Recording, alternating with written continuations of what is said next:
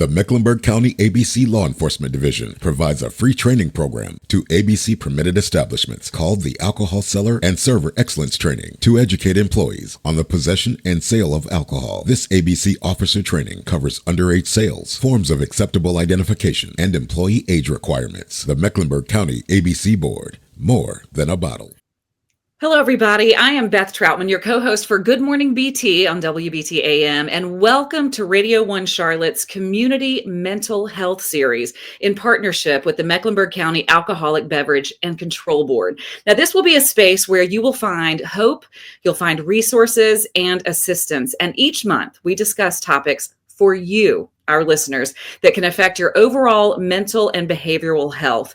Now, for the series, we are going to address today anxiety. Now, anxiety affects a lot of people in many different ways. And here to help us with answers on how to cope with anxiety, we have two local organizations who will provide us with the toolboxes needed for ourselves, for our loved ones, and for our friends. Now, joining me today is Dr. Kareem Puranda, founder of Achieving Success on Purpose, and Justin Perry, MSW of Perry Counseling and Healing, who works in collaboration with Theater Gap, an initiative. So stay tuned and get ready as I try to make certain that I get the answers that are most frequently asked questions on anxiety. Now, to get started, I'd first like to welcome Dr. Puranda with Achieving Success on Purpose. Dr. Puranda, hi, thank you so much for joining us today. It's good to be here. Now, I know that there are so many questions surrounding anxiety. Now, when we're talking about community and behavioral health, let's start off by talking about you, some of the information on your organization and how you achieve success on purpose, which is your organization. I love how you did that. Beautiful. We have a saying around here, right? We call it I am ASAP, which stands for I am Achieving Success on Purpose. And the premise of the name of our organization is based upon the ideology that it's not about how you start, it's how you finish. And so growing up in Bronx, New York, I didn't grow up in a delicate neighborhood. It was very rough. And we grew up in poverty and I survived it. My main anchor or my main opportunity to get out of that environment was football. Everybody doesn't have athletic prowess. Everybody doesn't have the resources. So some people end up staying in that cycle. Well, football rescued me. I ended up receiving a partial scholarship to play football at what I like to call the Harvard of the South, Livingstone College. And it brought me way down here from New York, and I ended up staying here. I graduated, I became a police officer for several years, and then I transitioned into the clinical mental health realm. And I developed ASAP from the context of being a prevention, intervention, and diversion program. Most of the kids that we work with come from disadvantaged backgrounds, very similar to a background that I grew up in. And many of these kids that we work with are misunderstood for the most part. And many of them are operating according to the pain created by their trauma. And many people don't know how to read through those behaviors, but we do. We're a trauma-informed program where we offer free therapy to kids ages 12 to 17 who've been impacted by underserved communities or being marginalized in some way, shape, or form. And what we're working on nowadays is to try to figure out how to get them before they get involved in the system. And so we're doing a lot of different initiatives and programming to make sure that we approach them from a preventative standpoint versus a diversion standpoint. That is absolutely remarkable. And when you are offering services to these young people, what are some of the signs, some of the symptoms that you're looking for, especially when it comes to anxiety, that might let you know that they are dealing with some form of trauma, that might let you know where they might be headed without your help? Yeah, great question. So what we tend to look at, right, when I talk about reading through the behaviors, we have to just look at the outcomes. I like to use a lot of metaphors in my therapeutic approach with my clients. So it's sort of kind of like baking a cake. If you bake a cake without all the adequate ingredients, then you're going to get an outcome that's not so desirable. And when we start looking at people's outcomes, when they're ending up in trouble, when they're getting suspended, when they're ending up in prison, when they're ending up in predicaments that complicate or compromise their safety, those outcomes are a byproduct of incorrect ingredients, whether they're hanging out with the wrong people, hanging out in the wrong places, doing the wrong things, or if they have a corrupt belief system that was created by the trauma or poverty of their childhood. And so these are the things we address from a self-awareness standpoint, where in our program, we also incorporate chess to slow down their thinking so that they can take a look at how their impulsivity, which is a byproduct of survival mode from the trauma they witnessed, how their impulsivity creates now a trajectory that gets them things that they don't want. So we look at the outcomes. If you're ending up in predicaments that you don't like, then you didn't plan for it, then that means your ingredients are wrong and we have to reassess those ingredients. Well, I'm an avid baker, and I like the way that you say that, because if you don't have the right ingredients, you don't have the right outcome. And that's a great way to recognize what might be going on with people. If young people are experiencing trauma, experiencing anxiety, can they be having these negative experiences without even knowing about it? Oh my goodness, you better believe it, because a lot of times when you live in an environment that's impacted by trauma or induced by trauma, you tend to normalize it, and then you don't even know to call it a problem. You'll think everybody else is the problem, and it's really a byproduct of the environment you grew up in that's abnormal. So we tend to normalize pain, and that's not necessarily a good thing, because the more you practice the normalization, the more it becomes hardwired as a habit, and then it's harder to break the cycle created by that potentially generational poverty or generational generational curse. Now, I'm a believer that the generational curses people speak about are merely generational behavioral patterns that have never been broken. And it usually it's got to start somewhere. And I'm so thankful that we're able to create a program like this and get funding to do it, because many people don't know that they need the help. They don't know what they don't know until they come into our program. Then they realize, wow, wait a minute. The trauma that I've lived through is not normal, but it's normal in my neighborhood. It doesn't necessarily mean that it's normal. And so we try to correct those narratives. That is such an excellent point, because if you've seen it all the time, or if it's been part of your life the whole time, then you think that it's normal, but it's not necessarily something that's good for your soul, that might be good for your mental health. It makes me wonder if young people are experiencing things like panic attacks or anxiety attacks, are there differences between those two things as it relates to what they have learned, what they've been through, and how their body is responding? Absolutely. So I like to look at it package it from the lens of the 5 psychological domains. You got social, emotional, mental, physical, and spiritual. Anxiety exists in all of these realms, but just in different ways. And so when you think about this combination, you're also looking at a variety or diversity of experiences that can play into impacting anxiety in all of these realms. And so when you talking about an anxiety attack, it's more gradual. It's a buildup. It means that, hey, there's something that triggered me, and now it makes me anxious. Now I'm in survival mode. So one of my options is to either fight, flight, freeze, or play fawn in order to escape this threat in whatever way this threat is presenting itself. And so it's more gradual, right? And then I start normalizing, and the gradual piece can last quite some time, days, weeks, months, maybe even years. Panic attack, though, quite different. It's more abrupt, it's more impulsive, it's more accelerated, and it's in the moment. It's immediate. Panic attacks are traditionally aligned with immediate imaginative threats, such as claustrophobia, sort of kind of like being stuck in an elevator and assuming that you won't be able to get out. You're trapped, and then it'll just come out of nowhere. You'll start to panic to the point of passing out, because the heart palpitations and all these things, it's real to the person, but it may not be real to everybody else that's in the environment. If someone is experiencing any kind of anxiety, they may think that they're just experiencing normal stress, but maybe it is far more serious. It is far more prone to anxiety, maybe anxiety attacks. How can someone know when they should seek attention or ask for help? Yeah. Normal stress, it's a subjective term, right? Because what's normal to one person may not be normal to somebody else. I'll tell you that within the framework of stress, I have a saying, right, that I trademark. It's called stress left unaddressed creates a mess. Find a counselor.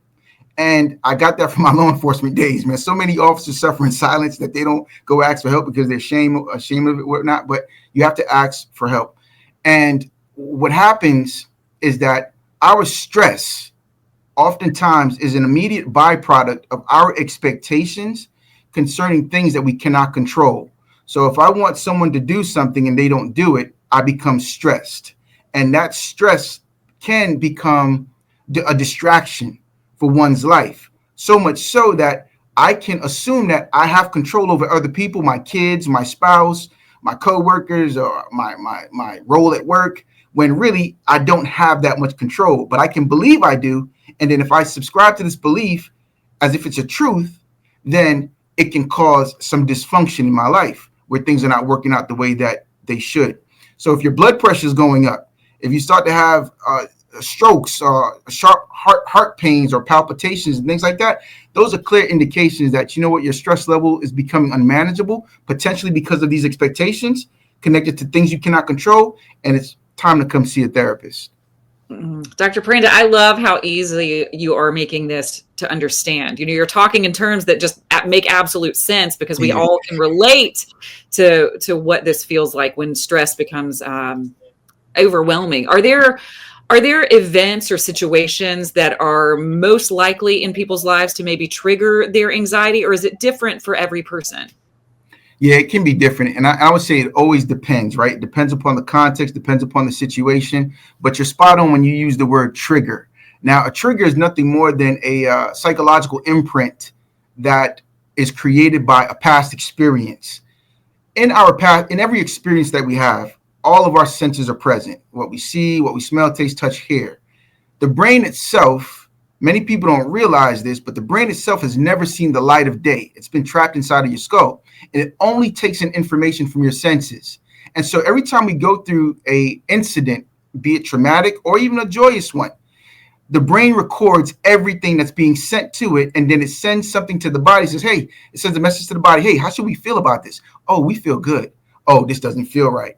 And so when we come in contact with a later experience in life, that all it requires is one sense to be triggered. So if we hear something that reminds us of that traumatic event, we automatically check in with the body. Hey, how should we feel about this sound? Oh, that's scary because it's connected to that last event that we recorded. Okay, then we get afraid. Then we start to become afraid. And that's the trigger.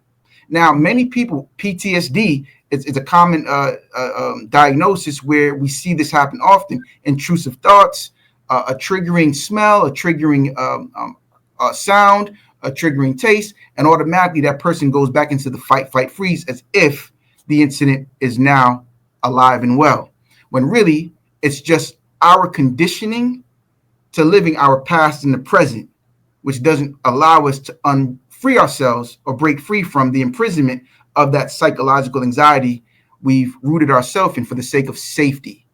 Many people believe that if they protect themselves by preparing for the worst case scenario, it lessens the blow or the sting of said worst case scenario if it occurs. And guess what? It never occurs. And so they run themselves through this gauntlet of terrible imagining experiences that don't exist, and then it drives up their blood pressure, and they create all kinds of complications to their internal systems, their nervous system, their digestive tract, because they're inducing their survival mode without even realizing it.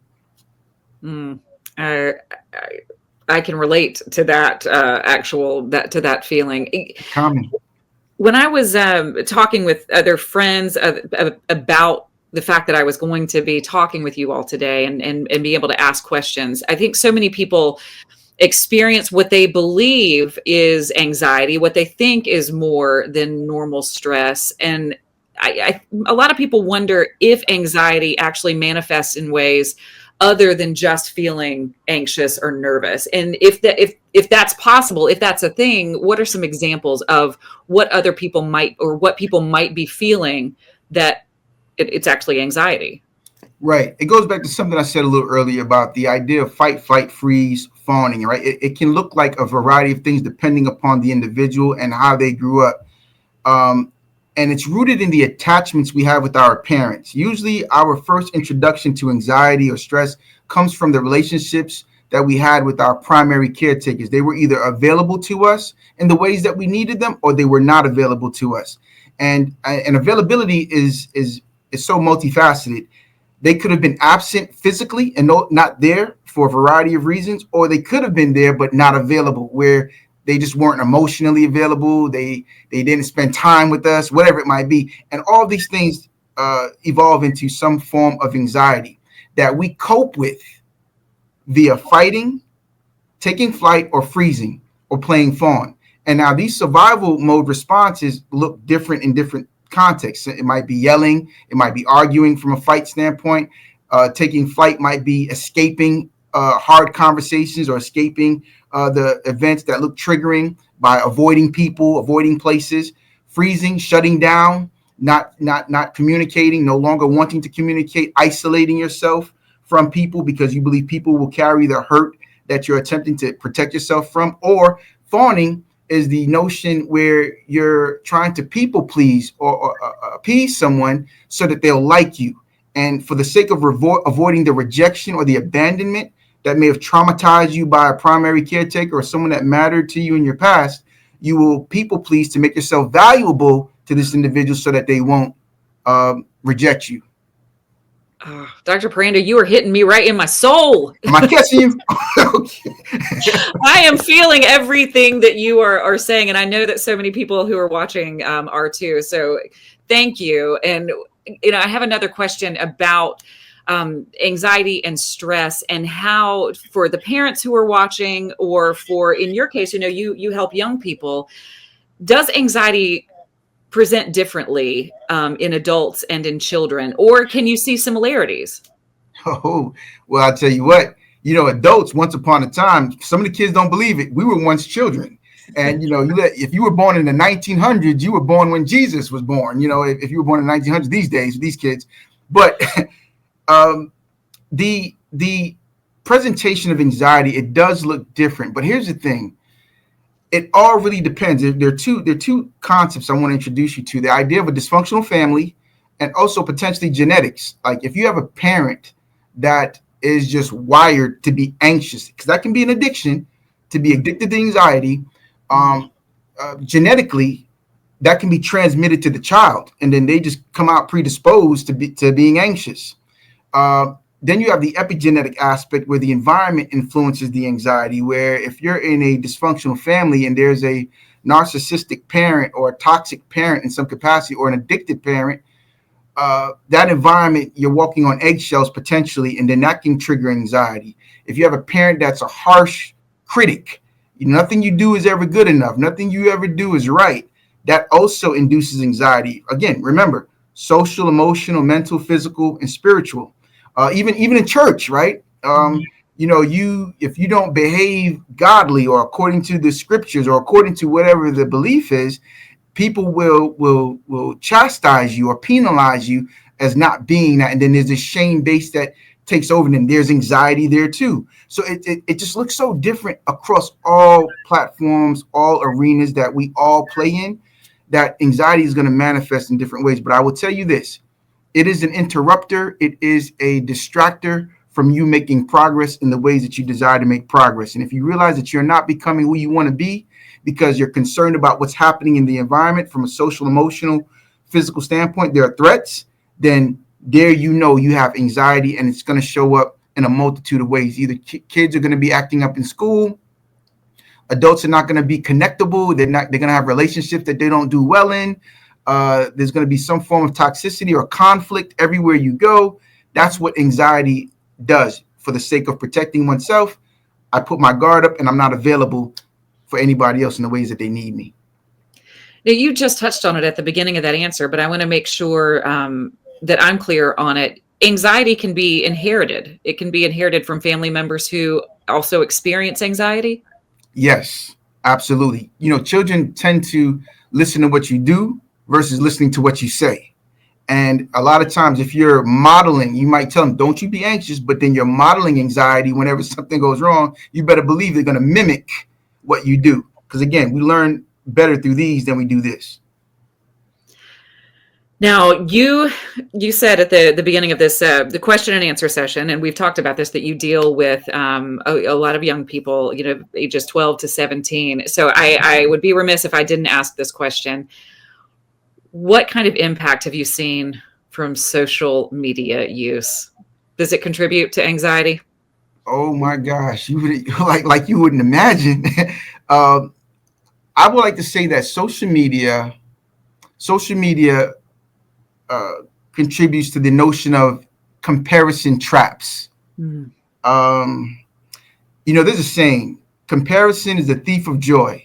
Mm. And when people don't feel that they are adequate enough based upon what's the perfection of the angles and the cropping and the editing of a social media post on Instagram or TikTok or whatever these platforms are, it starts to create now this idea that I'm not good enough, I'm not worthy enough. And this is why people are doing some outlandish stuff, some crazy stuff for the sake of clicks, because someone is paying them attention. At least I'm getting attention from someone off of social media, because in my living room, everyone is telling me to get out the way because they're watching TV. No one wants to pay me any attention. So you know what? I'm going to go to social media and do something crazy and get likes and then get, millions of followers. And then if they're smart enough, the individual will learn how to monetize that. And this is why you got people now wanting to be social influencers versus go to school the traditional way and get an education and go do X, Y, and Z.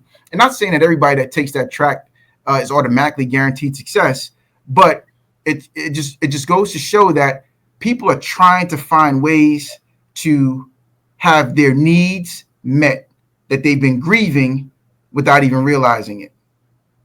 Mm. Dr. Puranda, you are just a remarkable human. Thank you so much for taking the time to have this conversation with me. I know it's going to mean so much to so many people, but you have just touched my heart. I know you've touched a lot of hearts with your words, and I appreciate you so much. Thank you. Now I want to bring back into the conversation. I introduced him at the beginning of this segment, Justin Perry. He is of Perry Counseling and Healing and Recovery. He works with the Theater Gap Initiative. Now, Mr. Perry, you have actually, thank you, first of all, for joining me. I appreciate you so much being part of this. Absolutely. I'm glad we're doing this and appreciate the opportunity.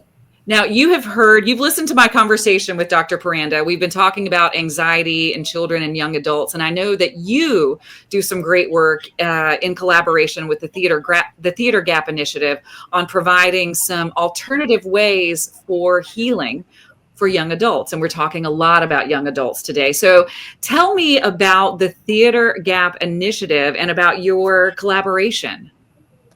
Absolutely. So first of all, the Theater Gap Initiative is a nonprofit here locally in Charlotte.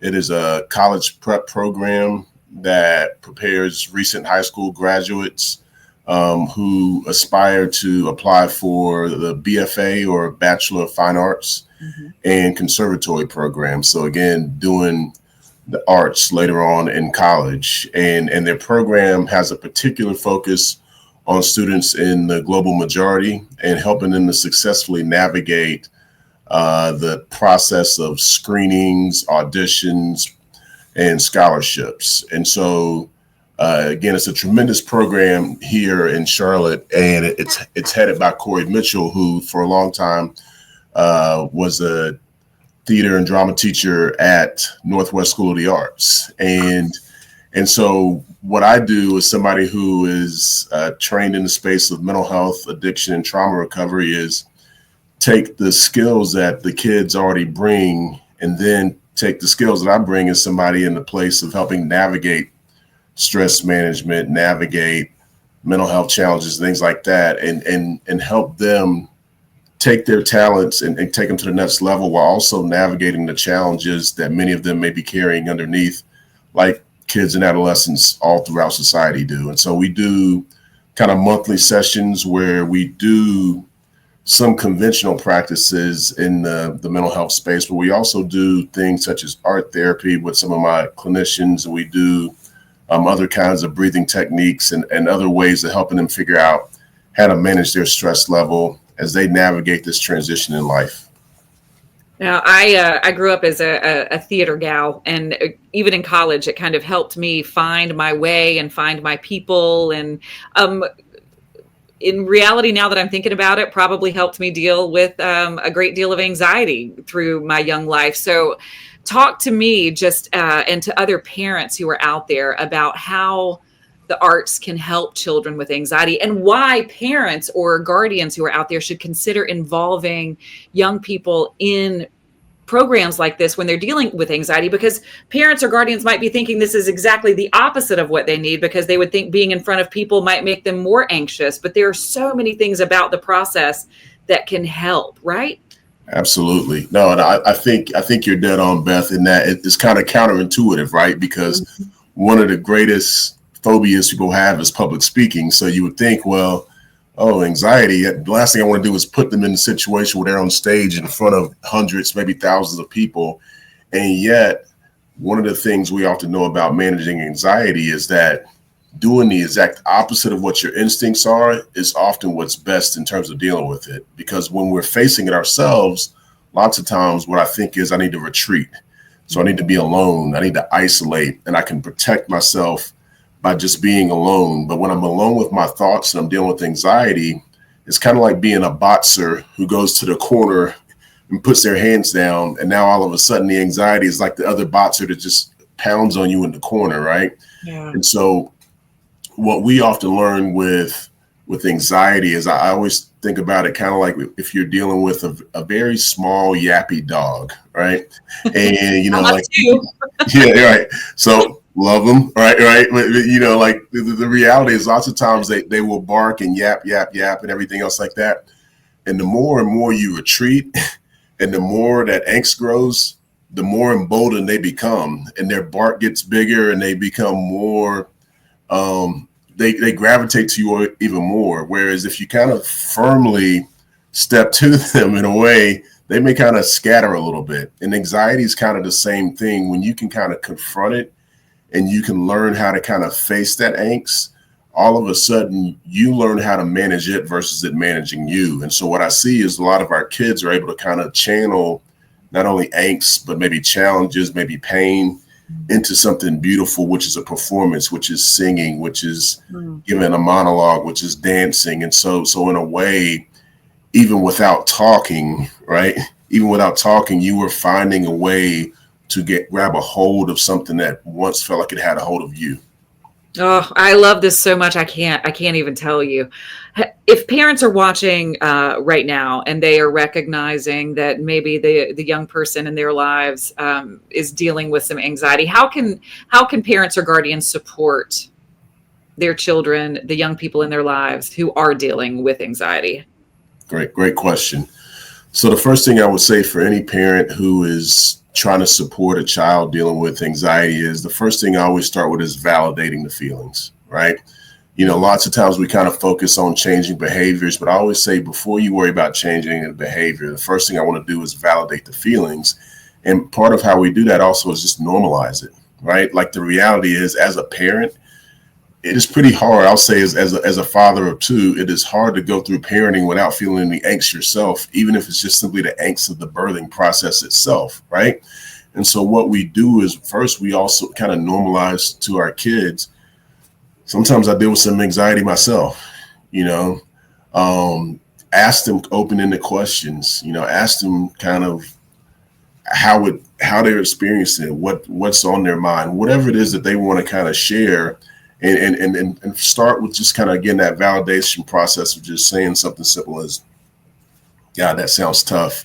I know for me, there's times where, I almost don't really want to get up and go to work either, right? And sometimes I have to figure out ways to kind of push myself through it. And sometimes I take the shower just to get myself going and things like that. And so sometimes when we start normalizing it, all of a sudden, it's no longer this big taboo stigmatized thing. It's just a reality of life. And so what I would say is start that process. And if you feel comfortable enough yourself, offer some of your own experience just with, again, normal stressors that you've managed yourself. Mr. Perry, Dr. Puranda, you both have provided such wonderful information, such lovely insight. Thank you both so much. I want to, before we close out this session, I'd love for each of you, if you can, if you don't mind, offering just a little nugget, a little piece of advice for coping skills when anyone who's watching this, whether it be a young person, whether it be adult, coping skills for facing anxiety, whether it's a parent, a friend, a relative, an individual.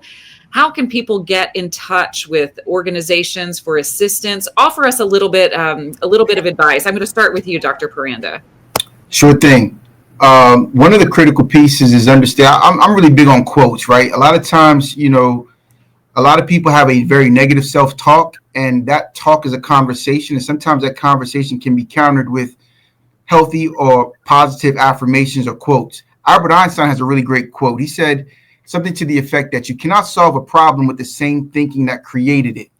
And if we're going to look at anxiety as a mindset, right, or something that begins in the mind, if we practice thinking above the way we feel, then we can interrupt the cycle of living our past in the present, which will eventually allow us to achieve success on purpose. Because if we're living our past in the present, we're not working on our future.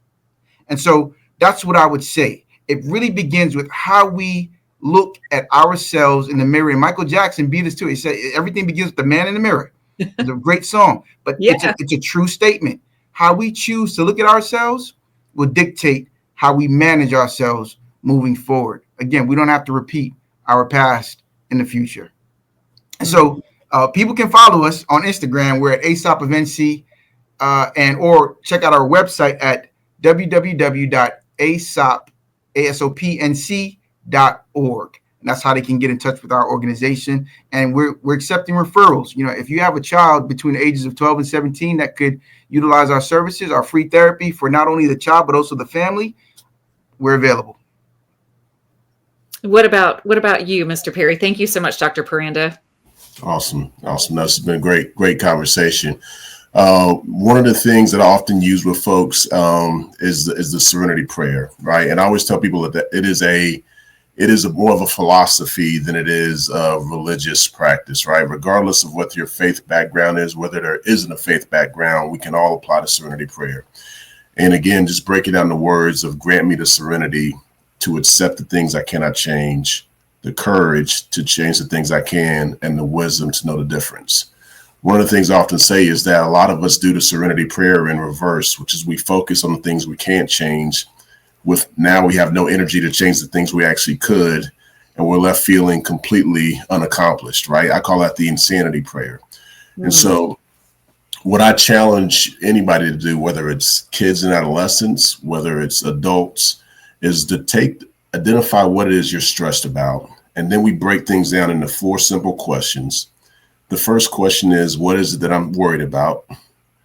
The second question is, what can I do about it? And I literally list off what are the things I specifically can do to address this challenge. The third question I ask myself is, have I done these things?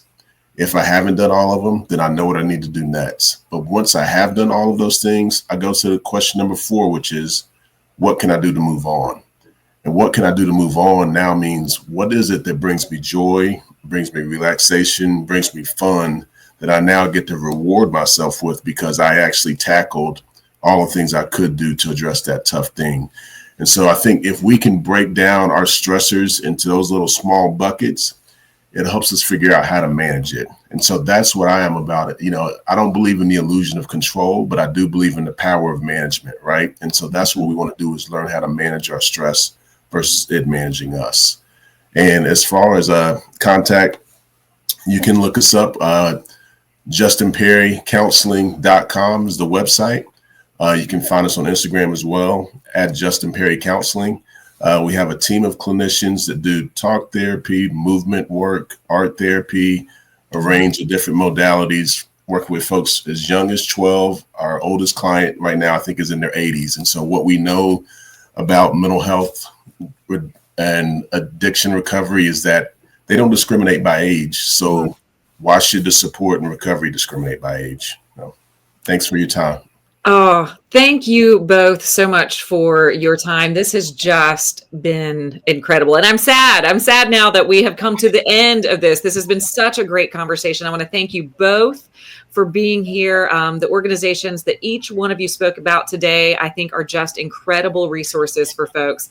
The Achieving Success on Purpose organization, I love it, with Dr. Puranda, founder, and Mr. Justin Perry, MSW of Perry Counseling, Healing, and Recovery. I want to make sure I say that right, in collaboration with the Theater Gap Initiative, both incredible organizations helping people in such beautiful ways. I genuinely hope that all of you out there watching today take full advantage of the resources you've heard about today and all of the information that these incredible gentlemen have shared. And if you know someone that could benefit from the services provided by Achieving Success on Purpose or Perry Counseling, Healing, and Recovery, or if you want more information on the Theater Gap Initiative, please see their contact information. It's on the bottom of the screen. You heard them speak about it. And in closing today, a special thank you to the Mecklenburg County ABC Board for making all of this possible by providing the community with the means and the resources for organizations such as the ones we've talked about, Achieving Success on Purpose and the Theater Gap Initiative. We're so grateful to them for all that they're doing, and we're so grateful to you, gentlemen, for joining us. Again, everyone, I'm Beth Troutman, host of Good Morning BT. I thank you so much for spending time with us today, and we will see you next time. Thank you.